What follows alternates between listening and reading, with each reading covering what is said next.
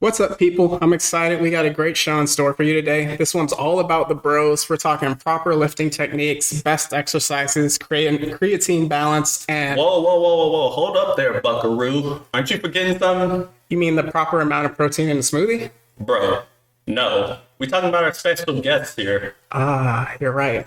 Let's start the show.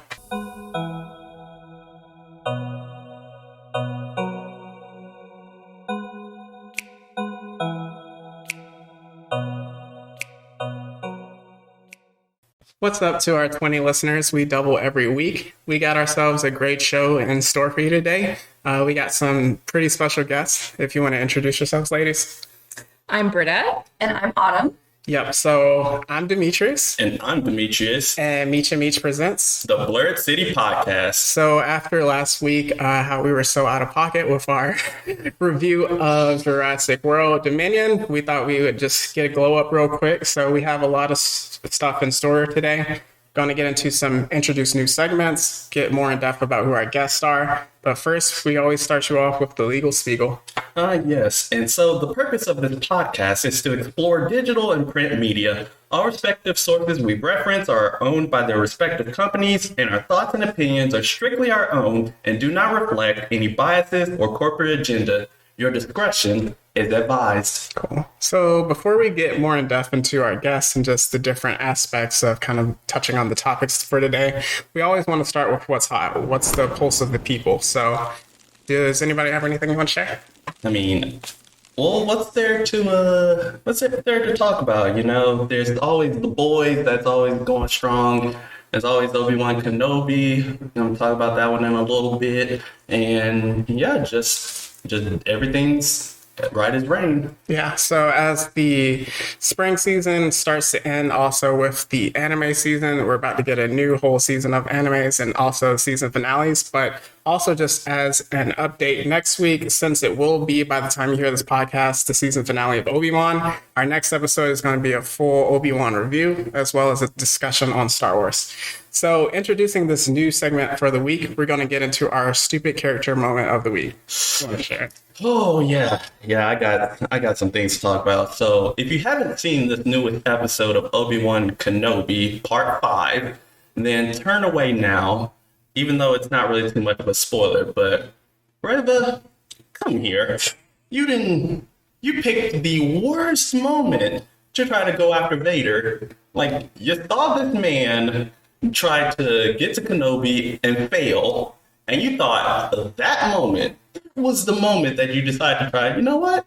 I'm going to go and run his pockets while he is probably the most mad you've seen him since episode 3 after he got burnt to a crisp. So, and yeah, that did not work out well for you, did it?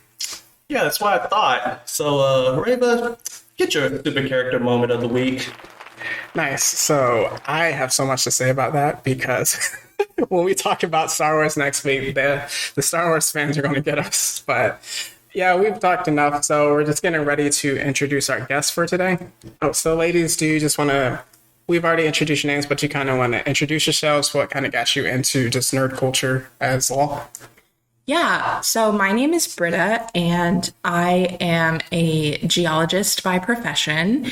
And I guess what got me into nerd culture is my dad was always really into nature, and we would take road trips, and he would point out the different rivers and the different types of birds and all the environmental things that we would see. So I really got into environmental science that way. And my mother actually introduced me to video games. She had a Sega Genesis when I was a kid, and we played Sonic and Family Feud. And collectively as a family, we decided to trade in our Sega Genesis for the N64. And then we got really into video games ongoing from there. Good trade. Yeah, my name's Autumn, and kind of similar to what Brita was saying, mine was definitely my family as well. Growing up, I always heard stories from my dad about, the first time he went into the theater and saw the new Star Wars movies that were coming out. And we're just a family full of, passion, and we love a good argument and banter. So naturally, watching these movies of superheroes and Lord of the Rings and all these things growing up, We just loved watching it and then talking about it and having different opinions. Also very competitive. So we also played a lot of video games growing up. So we would have Tekken tournaments and, Crash Bandicoot, all these kinds of things. It was like our family bonding for sure. So yeah, it's just really nostalgic for me, and my family to this day still loves it. So, do you remember your favorite Tekken character? Definitely Nina. My sister always played Christy, so I was Nina as the second girl. So, but yeah, she was really awesome. Dope. That's great. That's great. So, what are some of your favorite shows growing up? Well, I think like a lot of us, I grew up with the Cartoon Network suite of cartoons. So Johnny Bravo, Courage the Cowardly Dog, Dexter's Laboratory, yes. The whole crew of Cartoon Network shows. Also, I really liked Pokemon. That was a big household thing. I remember my dad would always call it Pokemon. such a boomer dad thing to do. But I also my introduction to anime was Totally Spies. I was really obsessed with that one. And I watched Sailor Moon, although my mother never liked me watching that. And I never knew why until I got older. And then I watched an episode and I was like, this is not appropriate for children. Sure. Yeah, for me, of course, I will still watch to this day. Like SpongeBob is great for kids and adults. I love that. I had a brother who was about 5 years younger than me. So to keep the peace and appease him, we'd watch what he wanted to watch on long road trips. So automatically it was definitely Power Rangers, Dino Thunder specifically. Yeah, Dino. Yes. We each had our colors. I was always the Blue Ranger, no matter if it was a girl or boy. Loved it, but specifically that one, the Dino one, was great. Also, Beast Wars was a classic for us. We had all of the DVDs and stuff like that. Quotable my whole childhood for us. So it was really trying to, make my brother happy, but me and my sister low-key liked it for sure. So those were some favorites. Nice. And along with that, did y'all have any favorite characters and why? I think this isn't a TV character necessarily, but I have just always loved The Legend of Zelda. It has, and I guess that's not really a character because Zelda's obviously the princess and Link is the boy. In case you didn't know that, I want to make that clear. I didn't know that. I didn't know that for 5 years. Common misconception: Zelda is not the main character. Zelda is the princess, and Link is the adventurer that wields the sword, the Master Sword, of course. And so that is just, I probably started playing. I remember playing A Link to the Past, but I think the first one that really got me into it was Ocarina of Time. And that was just such a bomb game. To this day, it is still fun to play. And that series has just progressed. And they still obviously have the latest game is Breath of the Wild on the Switch. But I just love that series. I will play every Zelda game that ever comes out for the rest of my life. Nice.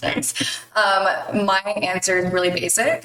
My favorite character is definitely Iron Man because that was one of the first movies. I'm like, I really like the first movie. I know that may not be a fan favorite, but that's my favorite. And better than third. Yeah, definitely better than third. And I loved how he's changed over the years, into this more father figure and stuff like that too. So I liked him at first, and he's grown on me even more. So that's one of my favorite characters. Nice. I mean, the movie's better than the first Thor movie. Actually, the first 2 Thor movies, I'm even gonna cap. Definitely. So you good there. But how come y'all never left this life? I think that I grew up in the 90s, so I feel like I should speak for myself. I specifically have gotten to see these characters and these games progress as technology has rapidly changed and has rapidly gotten a lot better in the graphics and the control handling, and even just watching Jurassic Park as a kid is a vastly different experience from 1993 when that movie came out to 2022. The CGI is just incredible now. And I think that instead of these characters in this culture dying with the times, it has evolutionized. Is that a word? Evolutionized? It is now. It is now. I'm a scientist and I say that it's now a word. The characters have evolutionized with the technology to become even better and more enjoyable as a complete experience. Yeah, I like that. For me, I think it's just the fact that it stems from my family. You know, I'm big on family, I love my family, and it's something that we now bond over. So there's always something new coming out. You know, my dad grew up reading the comic books that are coming to life, you know, now. And so just it's like a multi-generational experience for everybody. And yeah, we grew up on it. And so, yeah, love my family and they love these things. So it's just in my life. Dope. All right, ladies, so what are you into now? Well, as far as video games are concerned, I am still playing Breath of the Wild after it being out for, 3 years now on the Switch. And the reason being is because it's gorgeous. From a geological perspective, it is fantastic. The mountains look exactly the way that they should be. The ocean is exactly where it would be in relation to the mountains and the desert, orographic precipitation, the whole 9 yards. Also, this is not really nerdy, but I'm watching Better Call Saul, which is fantastic. And a little fun nerd fact is one of the main female characters in Better Call Saul is actually the voice of Friday, which is the computer voice in the Avengers and Iron Man and Peter Parker's suit, their helmet. Yeah. That's pretty cool. It is a cool fact. Nice. Thank you. Me, I am, of course, like everybody, watching Stranger Things that just came out. I'm behind though because my roommate was supposed to watch them with me and she ditched me. Yikes. So yeah, shout out to Chanel. Burn. And also I just ended grad school like in December, so I'm trying to get back into reading because I didn't really have time for pleasure reading while in grad school. So I'm trying to find a good book series that's similar to kind of like The Hunger Games and Maze Runner from when I was a little bit younger, you know, with a good balance of like romance, sci-fi, like super awesome. So if anyone has any suggestions, send them in. Maybe the guys will tell me. Yeah. I just read A Court of Thorns and Roses. Super good, very fantastical, magical creatures. Yeah, it's very suspenseful, very cool. Awesome. Nice. And you are on the pod with 2 people that write, so. Oh, sweet. Point that Yeah. out. Put your plugs in again. I'm just kidding. So we've been in the paddle boats, sightseeing, had a lot of fun so far, but it's time to hop off. It's time to go on our deep dive. So I think we would be remiss having women on the show for the first time, our first guest ever. Whoop, whoop. But really just getting into women in nerd culture, kind of how you feel their places are, as well as kind of just the evolution you've seen over time.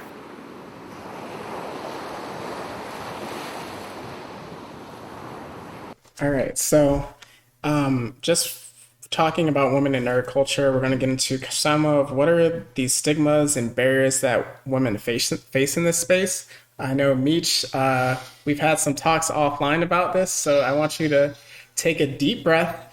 We're being classy this week after last week's shenanigans. So do you want to talk about fridging? Okay. All right. I'm gonna be classy this time. I'm not gonna be as out of pocket as I was last week. So yes, I do want to talk a bit about the concept of fridging, which, as you all don't know, is when a female character or just female in general is pretty much used as a plot device or kind of an object, and essentially either harm is done to them or just anything tragic happens to that person solely for the purpose of making that male character have some type of development, whether it be going on a revenge quest or have just so much trauma like they may withdraw in or suffer some PTSD.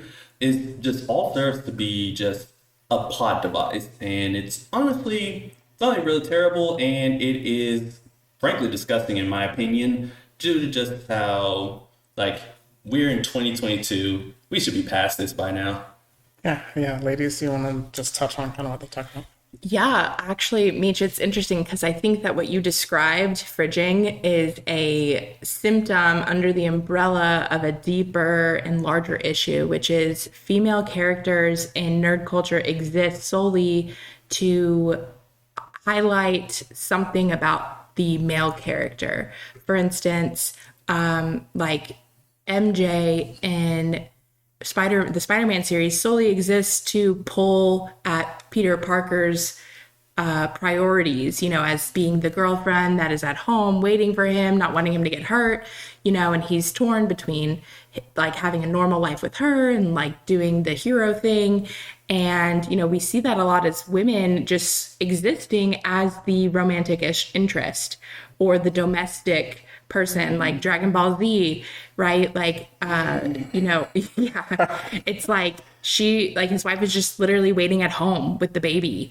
And that is her role for like 3 seasons or something like that. The entire series. Yeah. Like all of it just being like, oh no, come back. Like, I'm waiting for you. Why aren't you here more? And it's like, we honestly kind of come to dislike these female characters because they are pulling our main character away from their destined purpose of being the hero or of being the one or the chosen or whatever it is, the purpose they are serving in their story. We have the female character on the side whose role is to pull them away from that.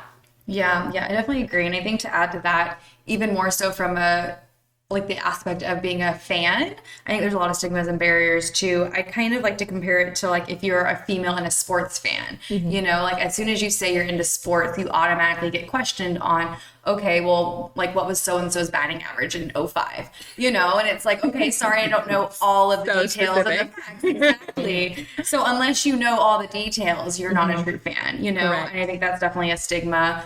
And also like another component, I think, is you have, 2 distinct roles as someone who's a female that enjoys this type of entertainment. And that's, someone who it's attractive that you like it because you yourself are attractive and you're into it and you play video games. And that's something that like some men are more attracted to when you do like that. And then also someone who is just very, a nerd automatically. So I think even within the realm of being a female and enjoying this type of entertainment, you have these 2 distinct things as well. Like, oh, it's hot because she plays video games. Right. Or, wow, she's a real nerd because she plays video games. You know, that type of thing. So. Yeah, I like that you said that because I think that is a direct reflection of the women that we see on nerd media, which is these 2, there's 2 types of women. If they're not the bench warmer wife romantic interest, then they serve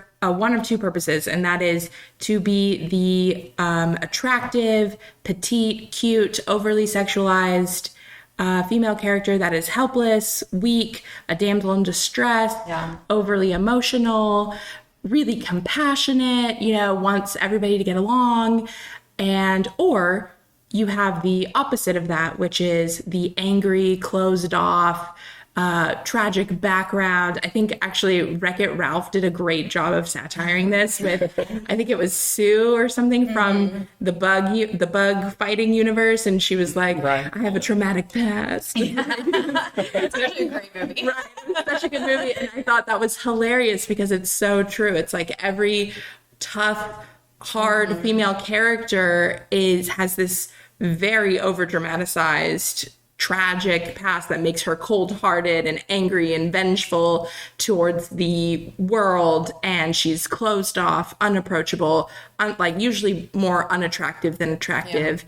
And it's kind of like this unfeminine female character that's portrayed as being more masculine. Yeah, I know a stigma that I've seen a lot is definitely the arm candy one. With Spider-Man being my favorite superhero, which is just crazy. Like, it's like when I'm watching it, it's like I don't really think too much about it, but just seeing that the way that MJ gets treated is like, you're like, oh yeah, she's his number 1, but at the same time, it's like she serves no purpose other than to boost up Peter Parker. Right. She falls a lot. Yeah. She falls off buildings a lot. in most just in the wrong place at the wrong time. Right. Always getting kidnapped or something. Yeah. And I think on top of that, there's definitely the portrayal that women are just ruled by their emotions, and that's either emotions of love and like you're just blinded by this person that you're in love with, or like Brita mentioned, like your past and your trauma, and you kind of overcompensate and become this person that is detached from their emotions. There's really no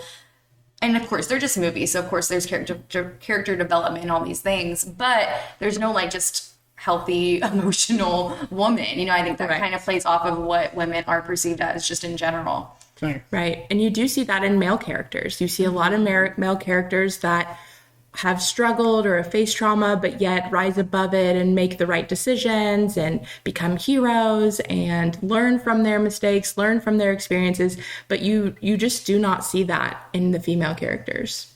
Yeah, it's really true. Like, especially with just Thor coming out, I like how both of you mentioned that, where we look at, this is a spoiler warning for Doctor Strange, so if you have not seen it, skip ahead 15 seconds or so. But with Scarlet Witch, her main motivation to becoming a villain is essentially that she has lost her brother, she has lost Vision, she has lost her fake kids, let's be honest. And but they were real to her.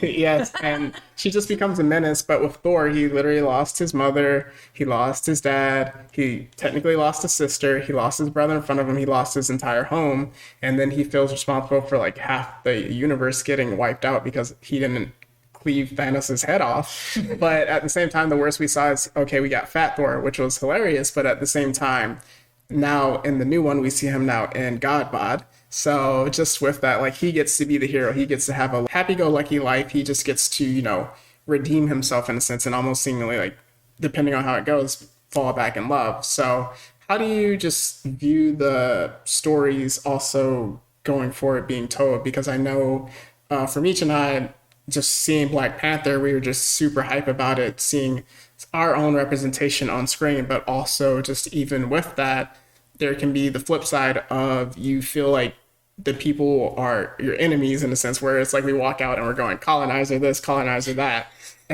But do you think that it should be told with a sledgehammer or a scalpel? That's an interesting question. You know, I think that as a female viewer, what is really the most impactful to me are the small details that I've seen in movies that are evident that a woman made that decision. And I'll give you an example. I feel like a lot of female characters in the past, when they wear the superhero costumes, or you see it a lot in anime or other shows where the woman is wearing this like stiletto boot heel, which if you don't know what that is, it's the stick heel. And it's usually about 4 to 6 inches high. And, you know, and I've always thought like seeing them run or jump off walls or fight and kick with it, I'm like, there's no way on God's green earth that a woman could do that in that heel. But when I saw Wonder Woman, I was so happy to see her wearing what I coined as battle wedges, which are these wedge boots, right? Because I feel like any woman that has worn heels know that a wedge, you can do a lot in wedges. Yeah. Wedges give you so much more support. And it was way more realistic that Wonder Woman would run around in these wedge-heeled boots than a stick heel or a stiletto heel. And to me, I was like, I saw that and I thought, man, a woman directed this movie. And sure enough, it was a female director, right? And so I think that these small details of, you know, when you see things and you think, ugh, a man designed that, you know, and it's because it's so impractical. So yeah, I think if I had to choose between the two, I would say a scalpel, because I feel like it's the small things, because women, I don't think most of us at least want the crazy feministic, we're better, like girl power, like that's not really what we're after. We're just after like being viewed as equal or just as important as the male characters or as the men in our fandoms. And I think that's just what we're looking for is equality and representation.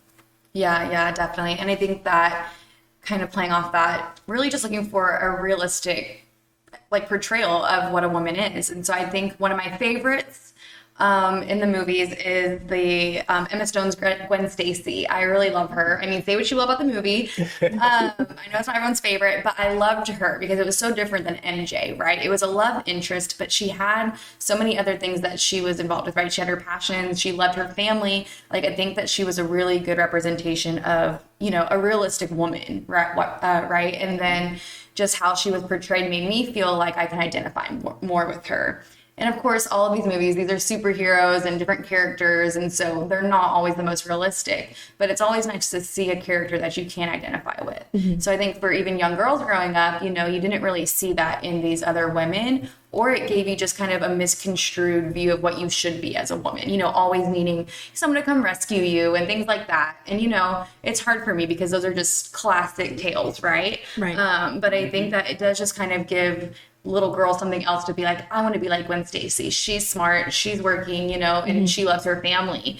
And of course, yes, there's like the other stuff on the side too, but that wasn't the main focus necessarily. So I really like that. Yeah, I like how you pointed out that for that character, being the romantic interest wasn't her whole world. Her whole universe did not center around Peter Parker. She had other things in her life, which is more realistic. And I think going forward, stories should be told as real people, which are not necessarily overly emotional or stoic. I think strong women can be compassionate and not necessarily one or the other, but we can be tough and thick-skinned, but also dainty and feminine, or we can be not quite so feminine, but still like maybe not necessarily running around in battle wedges, but we can still kick butt and, be feminine in our own way. Yeah, definitely. Yeah, Meech, you got anything?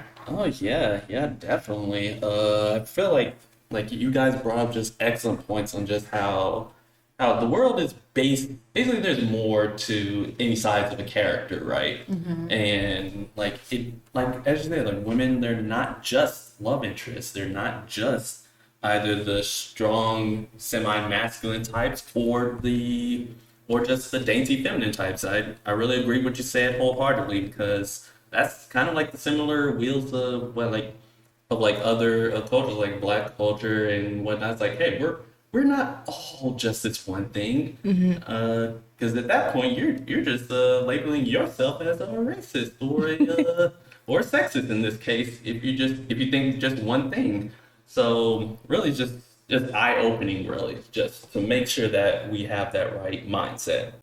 Oh yes, I do want to ask, like, what were y'all's thoughts on Avengers Endgame and just the female scene where at the end where all the women that came together to just kick butt and take names?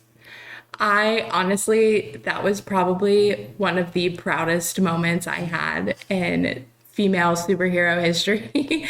As a viewer, I remember being in the theater and having to restrain myself from being vocal. Being one of those movie yellers. I was like, that's so cool. And I just really appreciated how they depicted these female characters working together. I think often women in media are pitted against each other as rivals. Because of jealousy or insecurities or whatever. But I just love how all those female characters were quite literally bouncing off of each other and they were just kicking butt. And that was just so cool to see, is we had that one moment where women were really shining as part of the Avengers team. Yeah, I thought it was really cool too. And I think the cool part of it is I haven't really thought about the number of women kind of in these movies. So to see that there was enough for a good scene was really awesome too. Just the number of women who have been in the movies and stuff. So it's really cool. Yeah, definitely. When I saw it, I was like, I see what y'all doing here, and it's super fire. So I was with it. But just going from there, we can then just talk about thoughts on the evolution of representation over time. Okay, so I know for me, one of just with representation over time, when I was even younger, I know, Brita, you mentioned earlier about just the Cartoon Network of it all. I remember Powerpuff Girls was one of my favorite shows growing up. Just Blossom, Buttercup, Bubbles. Bubbles was my homegirl, but I was definitely just a Buttercup fan with that. And just even with number 5 from Kids Next Door, but then even growing up and seeing just the evolution of women getting their own shows, getting their own movies, how do you think it should evolve?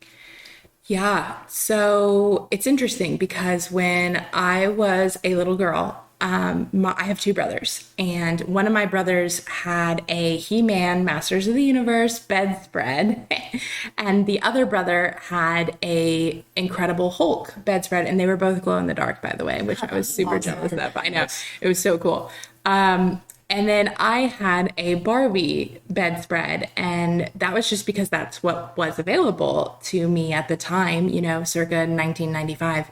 And I think now we're starting to see a lot more female main characters as superheroes and in other nerd arenas. For instance, I really appreciated Wonder Woman for what it was. I don't think it was the end all be all of female representation. I didn't really like how emotional she was, and it almost like blinded her to the truth. I think that was one of the main plot points, right? Is she was so focused on her own revenge or like her own sense of justice that she couldn't see what I thought was clearly in front of her, and it made her look kind of like an idiot in my mind. And she was overly compassionate towards people and whatever. But I think that we are starting to see a little bit more of a balance in shows. And Autumn, what are your thoughts on this? Yeah, I totally agree with what Brita said. And I think that it's just interesting to see kind of the evolution from like when my dad was younger and what he saw and the types of things that he was reading, like the comic book era, and how that was really just made for young boys, right? To kind of read it. And of course, there were probably some women or some little girls reading it too.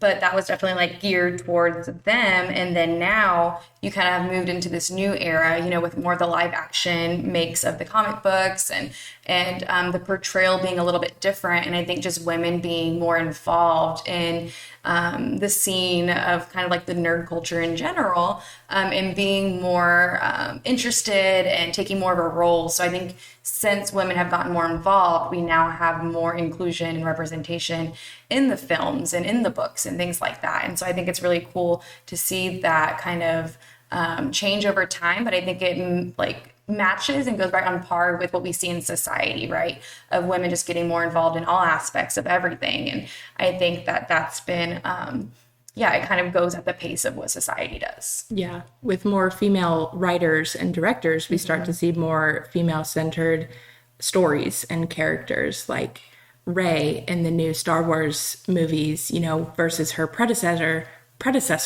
Leia, who was really just a glorified bench warmer on the scene of the rebellion. And then we have Rey, who takes definitely a more active fighting stance.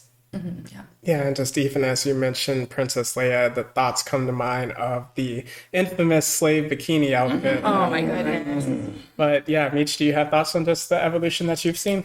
Yes, I definitely have seen, in all my time of just watching, just in the culture and in nerd media, I just definitely see, evolution of women becoming more empowered over time, and just going more from being the damsels in distress, like your MJs, like Jean Grey in the X-Men movies.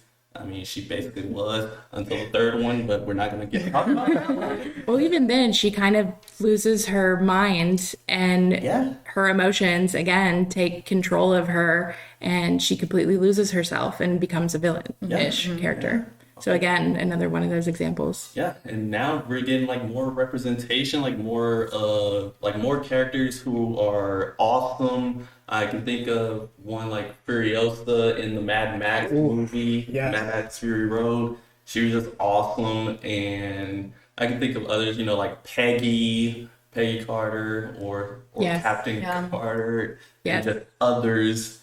I mean, there's so many to name off, but definitely more representation over time, and seeing women just pretty much have a much more prominent feature role and are able to do pretty much more, if not a lot, if not even more better than sometimes even the guys. Yeah. However, I do think too, though, with that comes other issues too. I do think that there has been a little bit of maybe overcompensation in the area of how women are represented. For instance, like Captain Marvel, I think, as awesome of a character as she is, and again, it could be some other things like actress choice and stuff like that. But I think it's way too overcompensated to earn the respect of the peers in the movie, and just her being a female who's supposed to be a powerful character, making it more to where she's a little bit more one of the ones that's detached from her emotions and seems a little bit, not what a powerful woman maybe wants to be represented as, Yeah, it's like she was unapproachable. Yeah. She kind of had a little bit of a case of RBS or RBF. Yeah. And do you want to explain that for the listeners? Yeah, so it just means her face is not approachable, and she always looks like she's mad, and she doesn't really make solid emotional connections with any of the other characters. And I think that kind of goes along with that dichotomy of the strong woman that is emotionally unavailable. Yeah. Makes sense. And just even sticking with the MCU, I know that, Brita, you had thoughts on the Black Widow movie. Oh my gosh, yes. Black Widow was perfection. Chef's kiss. I thought it was amazing how they told her story from childhood and how traumatic it was. And yet, as an adult, she wrestles with that, but doesn't lose a sense of humanity or compassion. She's trying to help Yelena, and she is working towards seeking justice, or maybe with a tinge of revenge, but it's very relatable. It's realistic, I thought, and I just thought the action sequences were very empowering, and I thought she was pretty kick butt.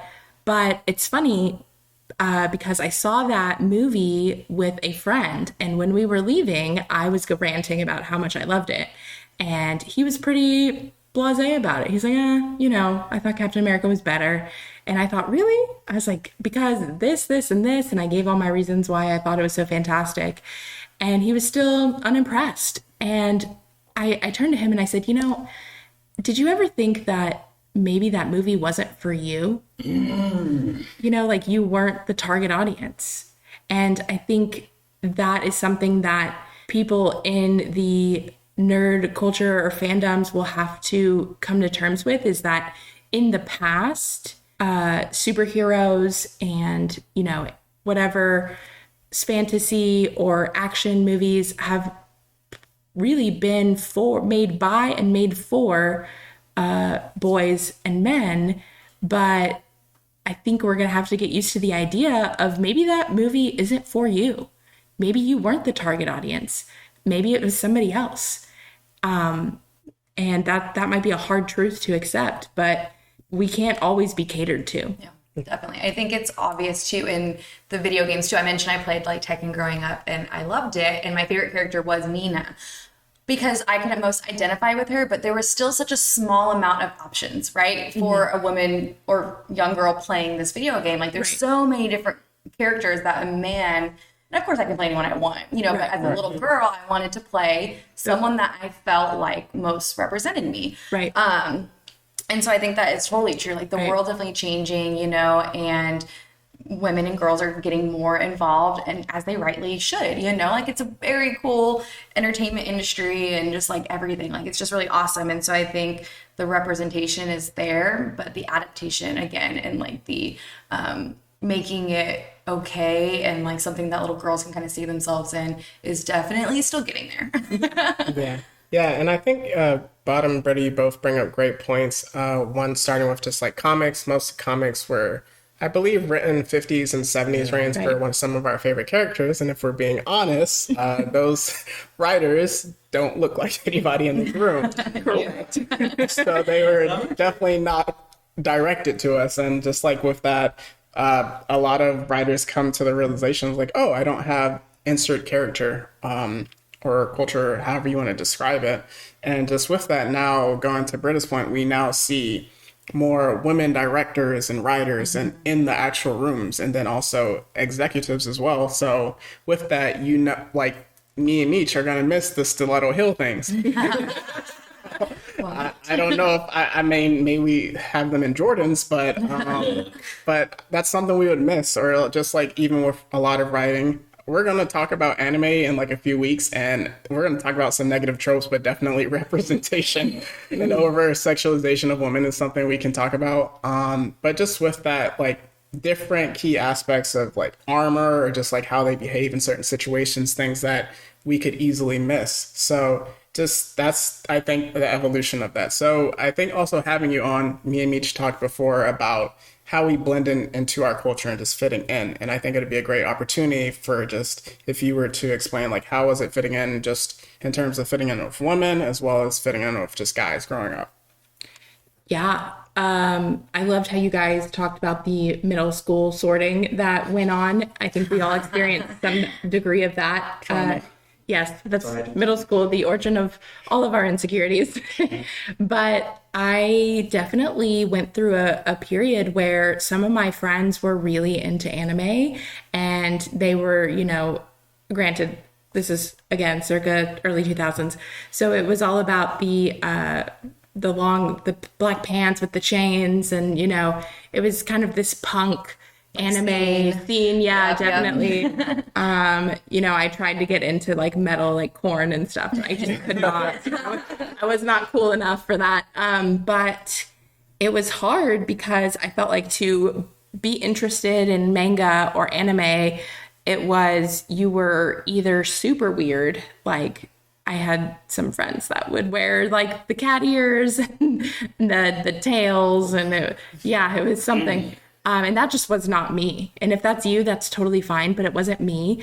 And I felt like as a young girl who was enjoyed anime, that's how far you had to go to be accepted in that crowd. And then I remember I was on the school bus and we had assigned seats, and I sat next to this boy and he had a comic book, and I asked if I could borrow it, if I could look at it. And he said, no, it's violent. You wouldn't like it. It's gory. And then like comic books aren't for girls. And I was like, oh, okay, you know, that's fine. Do you think that was a form of gatekeeping? Oh yeah. I think that, you know, as a girl, like being with other nerds or whatever, it's like I had to prove myself 10 times as much as any of the boys. I had to know everything there was to know about Batman before I was allowed to read the Batman comics or watch one of my favorite shows was the Batman the animated series. And yes, it's like if I got one quote wrong, I was completely invalidated as a fan of these universes. Yeah, definitely. I too experienced the middle school sorting, and that we all do. And it was funny because I don't ever feel like I really figured out where I fit in. I guess if we're using stereotypes and just terms of like school kids, I would have been more so like a jock rather than like a nerd, because I did play all the sports, and you know that was more of the type of people that I hung out with, and the friends that I had were from. I played sports year round, and I did that every day, you know, and so those were where my friends came from.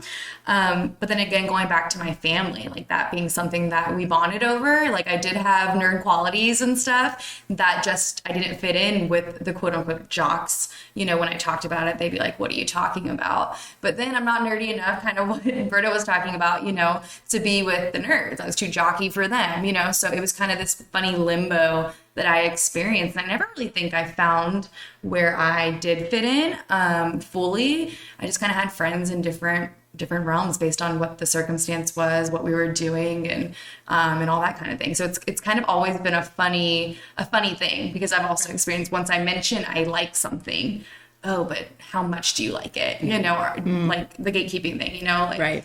I'll determine if you can really like it or not, you know. And of course, as I've gotten older, it's kind of mellowed out, but it's always kind of been that way. Yeah, even still, it's like you learn how to speak nerd with your nerd friends, and then you learn how to do the dugout talk with your sports friends. Yeah, you know, talk nerd things, and then right. Could you imagine talking about anime in the softball dugout?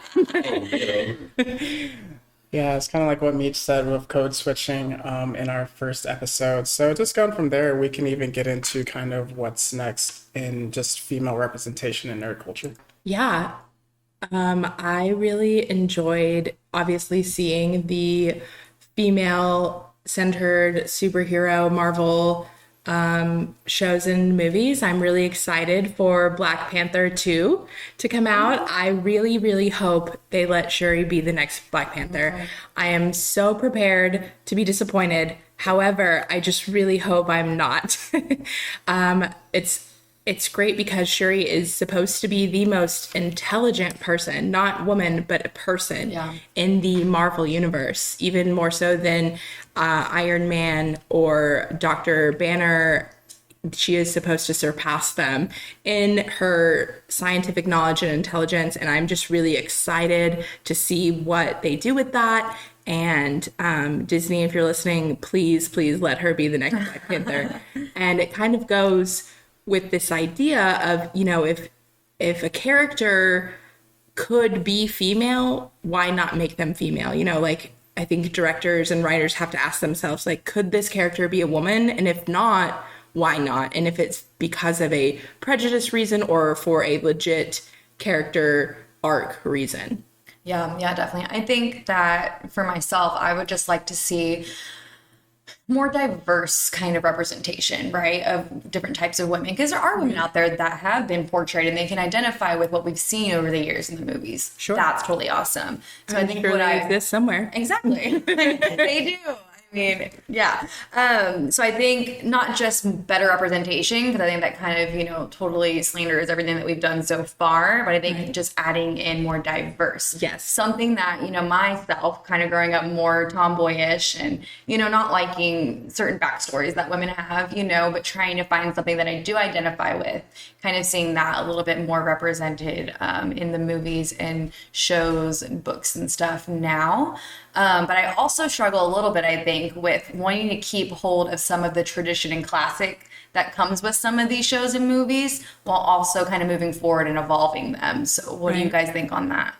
I think we could definitely give our female characters some more dignity. Yeah. And specifically their costuming. You know, like I mentioned before, the battle wedges, you know, that's one thing. But as a little girl, I wasn't allowed to dress up like one of the superwoman characters because the costumes were too revealing. And I would like to see little girls be able to have superhero bedspreads instead of Barbie bedspreads like myself, or a backpack, or, you know, being able to dress up for Halloween as one of those characters without it being overly sexualized. Yeah. So I guess you're not excited for the new Barbie movie? Although, Are you?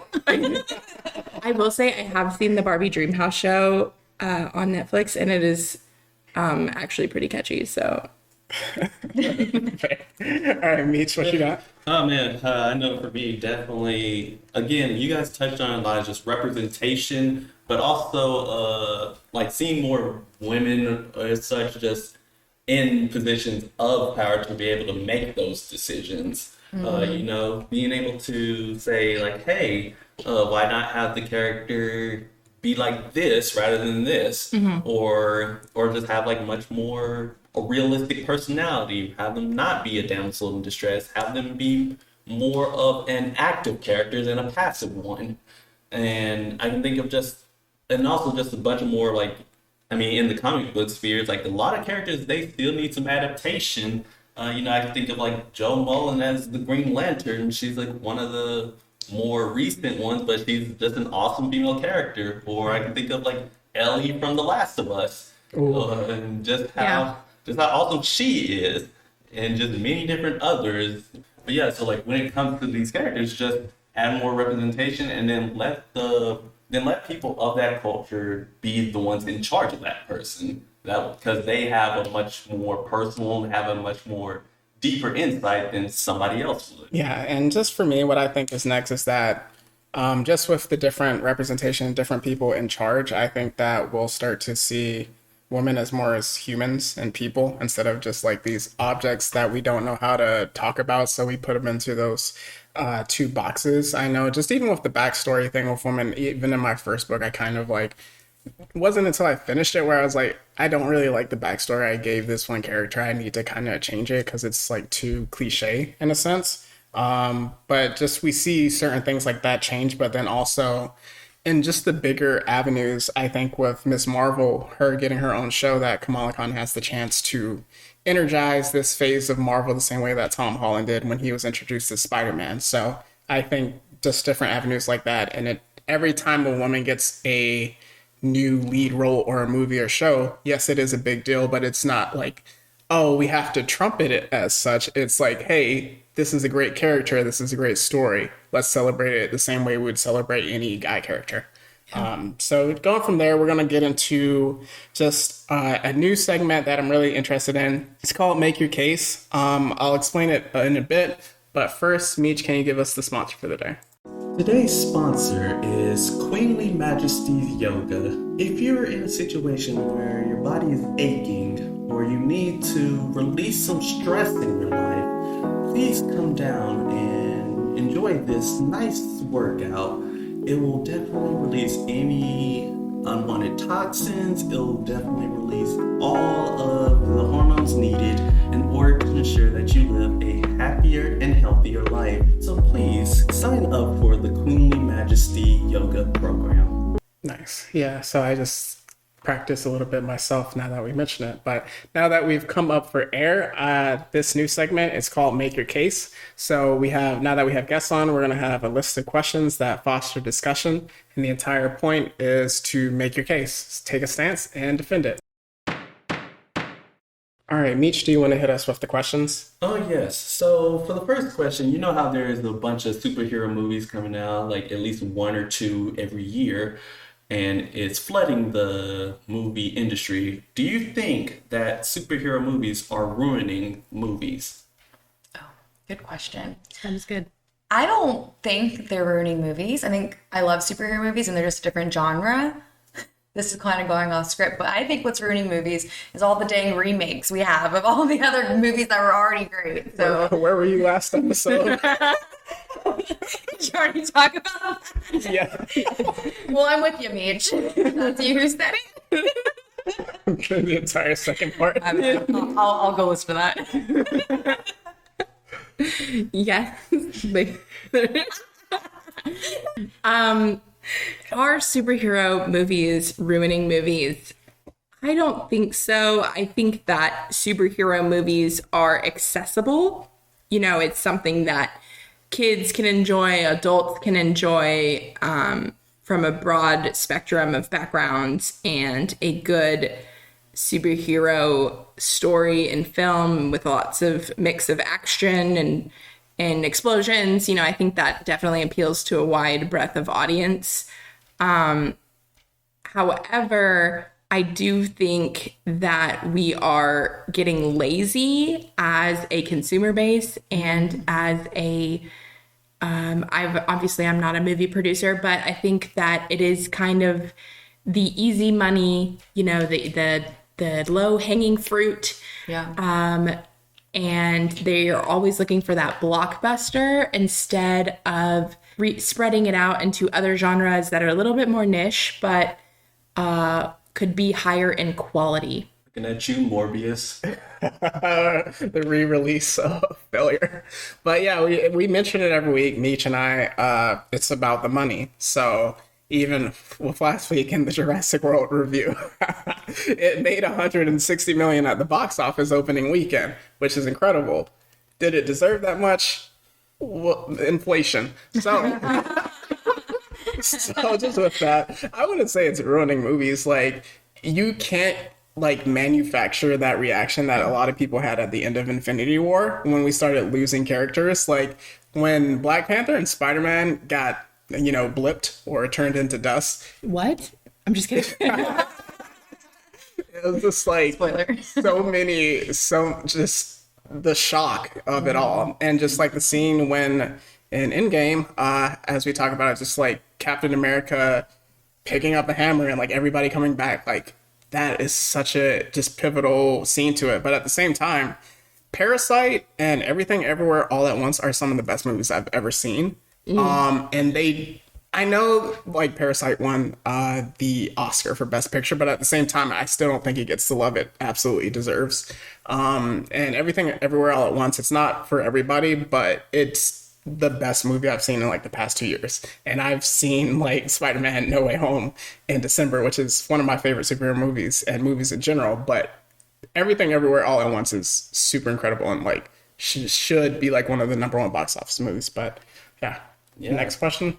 Yeah, absolutely. So next question is, what is the best superhero team? The Avengers, the Justice League, the X-Men, or the Fantastic Four? Oh, I don't think that is that hard of a question. Out of the list that you gave, well, first of all, I have to quantify which X-Men group, like what era of X-Men are we talking about? Oh, it's not okay. Just pick. Yeah, just all right. Just so I'm pick. thinking Okay. the first movie. Well, Avengers, if we're being super literal with that, if I have a little bit of wiggle room, if I can be a little out there with it, I would say I really enjoy the Uncanny X-Force, and I feel like they kill. Literally, they kill. Literally. I think so. If we're talking just purely enjoyable to watch, I go Avengers for myself. But if we're actually talking practicality of a team and who would I want coming to save me as the best superhero team, it's X-Men all the way. Like, they don't have as great morals amongst all of themselves. Like, they're gonna do what it takes, you know, to save whoever they want. Their powers, like, you can pretty much find anything that you need for any situation, depending on who the team is again. But so if I'm in danger, I want the X-Men. So this is shocking, but I'm with the X-Men.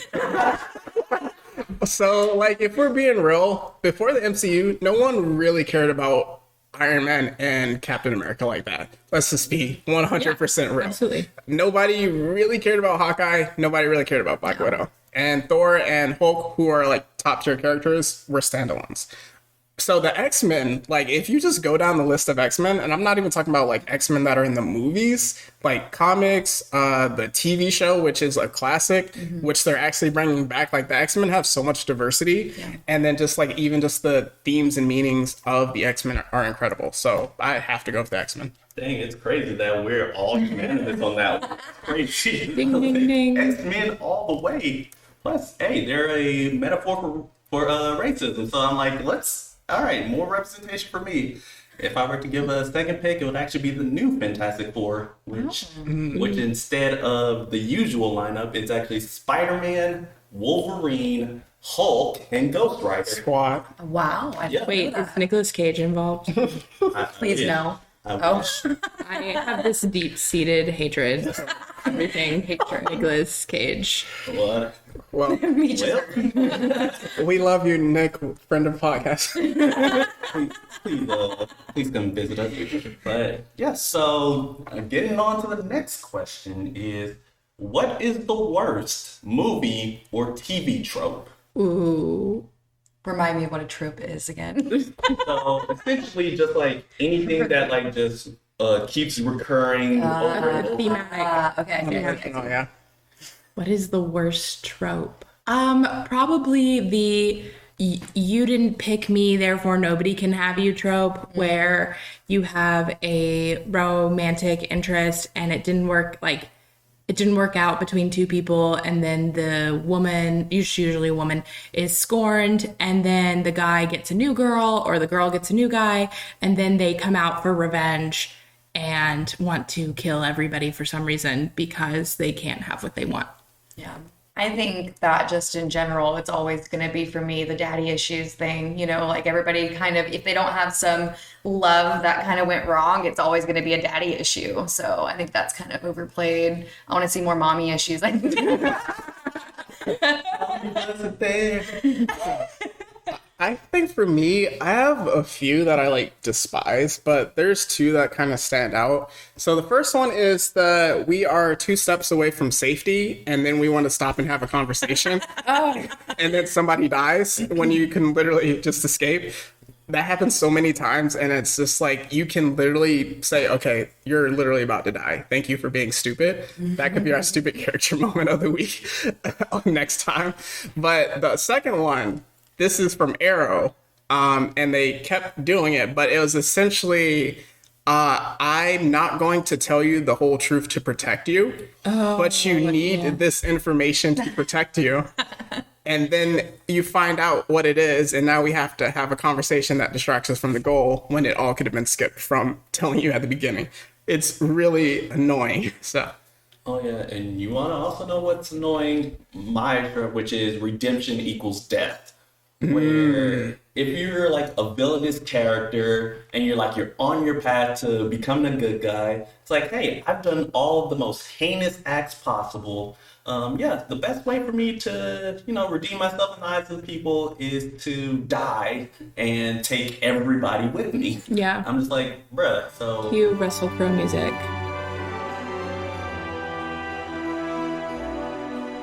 Yep. All of them. Or I'm thinking like Dr. Octopus, Darth Vader. I'm just here like, can't y'all just redeem the character and not kill him off? Like Zuko in Avatar? That's a good one. Come on.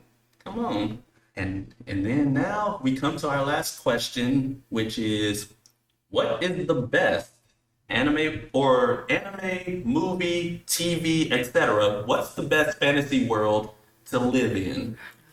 Oh, definitely not Attack on Titan. No. Nowhere is safe. Especially nowadays. Okay. You said I can pick Anywhere. Okay, I would want to live in like the Studio Ghibli world of My Neighbor Totoro. Oh, what a great. I want to crawl through a tree trunk and end up in a magical forest with a bunch of great places to take a nap. Yeah, I think for me, it's probably Lord of the Rings, Hobbit world. Definitely, they have bread galore. They have beer. It's beautiful there. I could definitely see myself living my best years in the land of the hobbits. Nice. In the Shire. Yeah. Oh, there you go. The Shire. Take me there. It's tough for me because I wanted to go with the shonen world, but the problem is that you have the main character buffer, which is hard to overcome. So like you can't rise and save the world yourself. Only the main character can do it. Looking at Naruto. Gosh, because I would love to like be able to get to where I want on the merits of my own. But I'll go with Pokemon for now, just because I think it would be cool to be like a Pokemon trainer, have that bond. Or Pokemon, as Yes. But I think it would be cool to be that bond, really train, and then just like see that evolution. Yeah, and I think mine would actually be the world of One Piece. Ooh. Just being able to sail the seas on boats, and if I get like a fruit to give me powers, I'm like, awesome. I mean, the side effect of not being able to swim, I'm already am that, so so I'm good to go. Just send me there, and plus no world-ending threats to come try to run my fade every second. Yes. All right, so another segment that we tested out last week, but it's going to be super exciting that you can either email us, go to Twitter, or Instagram us, but the random fan theory of the week. So this is just like, fans submit a question, an observation, or just a theory that you have and want to throw out. We will say, do not come to us with flat earth stuff, both of us. You will be banned from the podcast. I will personally come find you. Yeah, there's not a lot of evidence to support that. So tread carefully with your fan theory. Yes, so ladies, you have one? I got one, yeah. So I'm gonna make a lot of people angry with this, but I actually think that Sakura from Naruto is a villain because she never helps. And Very simply. she never grows as a character or in her abilities. 200 plus episodes, and we can't get better. So I have to assume she's doing it on purpose, and she's purposely trying to slow down the team because she's just always in the way. Yeah, she about to come after. She's gonna have all the fans coming after her. That's okay. I'll take it. Come at me. She does have her Shippuden arc, but at the same time, in the first series, she is absolutely useless. I don't know what to say about that one. Okay, so mine's less of a theory and more of an observation because I'm a very literal movie watcher, TV show watcher, so I don't spend much time thinking about it after the fact. But two observations I had, if you've seen the new Batman movie, and I think I mentioned this to Meech, Batman should have died multiple times in the movie, so I think it was poor paying attention to like the cinematography or whatever. Or whatever, because he shouldn't have survived some of those things that he experienced. Number two, for the new Spider-Man movie, the whole thing wouldn't have even been a movie if he would have just been an adult and went and asked the question first. So I died when Doctor Strange was like, "You haven't talked to them," because that's like the whole movie was pointless after that. Like, it was a great movie, but those are two observations I had. So electrocution and then falling in water isn't, something that can take you out. Or falling out of a moving car. Like, a whole explosion in the face. Yeah, exactly. I'm glad you all agree with me. Yes. Okay. All right. So another new segment that we're introducing is "Come Get Your Rose." So a lyric that always stuck with me is from the Greek philosopher Kanye West. And it comes from a song, Big Brother. And in it, he says, "If you admire somebody, you should go ahead and tell them people never get the flowers while they can still smell them." And with that, it's essentially just saying that a lot of the times we always have the big, social media post, appreciation text, or the eulogy speeches after people are gone. So they never necessarily hear how appreciated they are.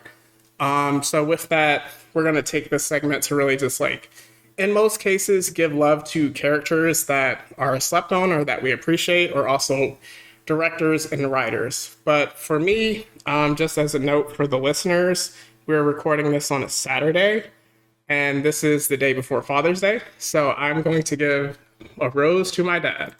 So yeah, I want to give a rose to my dad, who will not listen to this until my mom rushes into the room and makes him listen to it. But just with that, I think one of the great things about him is that he's always been a consistent presence in my life. I know we talked about stereotypes just earlier in the conversation, and then also in our first ever episode.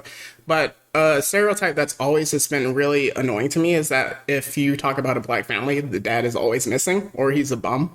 And I think just that's something that people consistently go to. But my dad has been in my life just all 26 years of it, consistently just married to my mom. And I've seen him work so hard.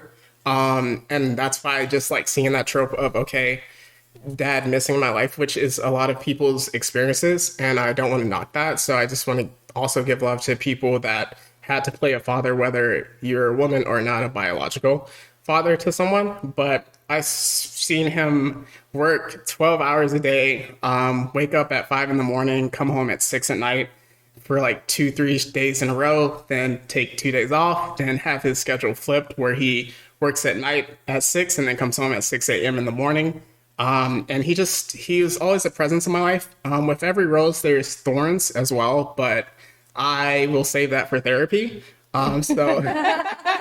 But yeah, he just pushed us, having served in the military as a Marine, and then also just like not even having a college degree, but like literally every single one of my siblings have a master's and above, and just really appreciative of that. He taught me how to grind, how to work, put my head down and just keep going. So that was something that I just always appreciated. And he did come from the generation of a kid is not your friend, but I just remember all the moments where we'd watch Falcons games together and just like absolutely cause a ruckus in the house from how we were celebrating or yelling. So I just really appreciated that. Giving a rose to my dad, really just wanted to say thank you. And just even for the moments where you didn't feel appreciated, just say sorry for that, but I just really love you, and you can come get your rose. I'll attach it to a beer because you probably don't want a flower. But just with that, also, Mom, you can stop recording his reaction now. All right, just going from there, now we're going to get into recommendations. Meech, what do you have for us? Yeah, so I have a couple of recommendations. Since we have some wonderful ladies here, I decided to shout out some also awesome ladies. Firstly is one of my friends, Go Cami. She's an awesome Twitch streamer. She streams things such as Life is Strange and Dead by Daylight, who I'm also a regular on. So definitely check her out on Twitch, and it should be an awesome time. Another YouTuber who I definitely am good friends with is Approach the Nerd. She is an amazing YouTuber. She mostly like reviews different CW shows, such as when it was airing, Flash, Arrow, Superman and Lois, and all that type of deal. So definitely give her channel a shout out and a subscribe. I also have Overly Sarcastic Productions, which is a team of two YouTubers named Blue and Red. Blue typically does a lot of history analysis and animations, while Red does more of the mythology, and her biggest series is Trope Talks, which talk about all the different tropes in media. So I'll say definitely give all of them a shout out and subscribe as well. Yeah. And for me, just going from there for recommendations, you mentioned it earlier in the pod, but Mad Max Fury Road, like Furiosa is literally one of the best characters in a show. And Mad Max Fury Road is just like a cinematography. Yeah. Just masterpiece. It's very pretty to watch, the simple way to say it. But I believe you can find that on HBO Max. Going from there, Punisher season 2.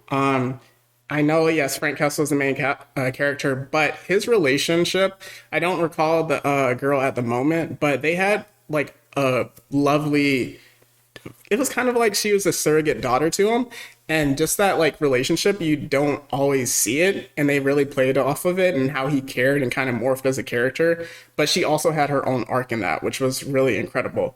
Also, Jessica Jones season 1 is probably the best season of a live action superhero show I've ever seen. That and Arrow season 2, but Jessica Jones really just changed it in terms of just like, okay, this character isn't what we think it would be. It doesn't fit any particular mold, and it has an incredible villain, and just like her actually working through the trauma of it all. I believe you can either catch that on Disney Plus or Netflix, depending on how their deal went. And then just also throwing it back to Disney, Mulan and Brave. Those are like two awesome, just like girls get it done if you watch The Boys, but just really great shows. And I believe you can catch that on Disney Plus. So going with that, Meech already took a deep breath and we can get into our plugs. And yes, so of course we have our Instagram and Twitter at the same handle of at Blerd City 22, and then we also have our YouTube page at Blerd City Pod, BLERDCITYPOD.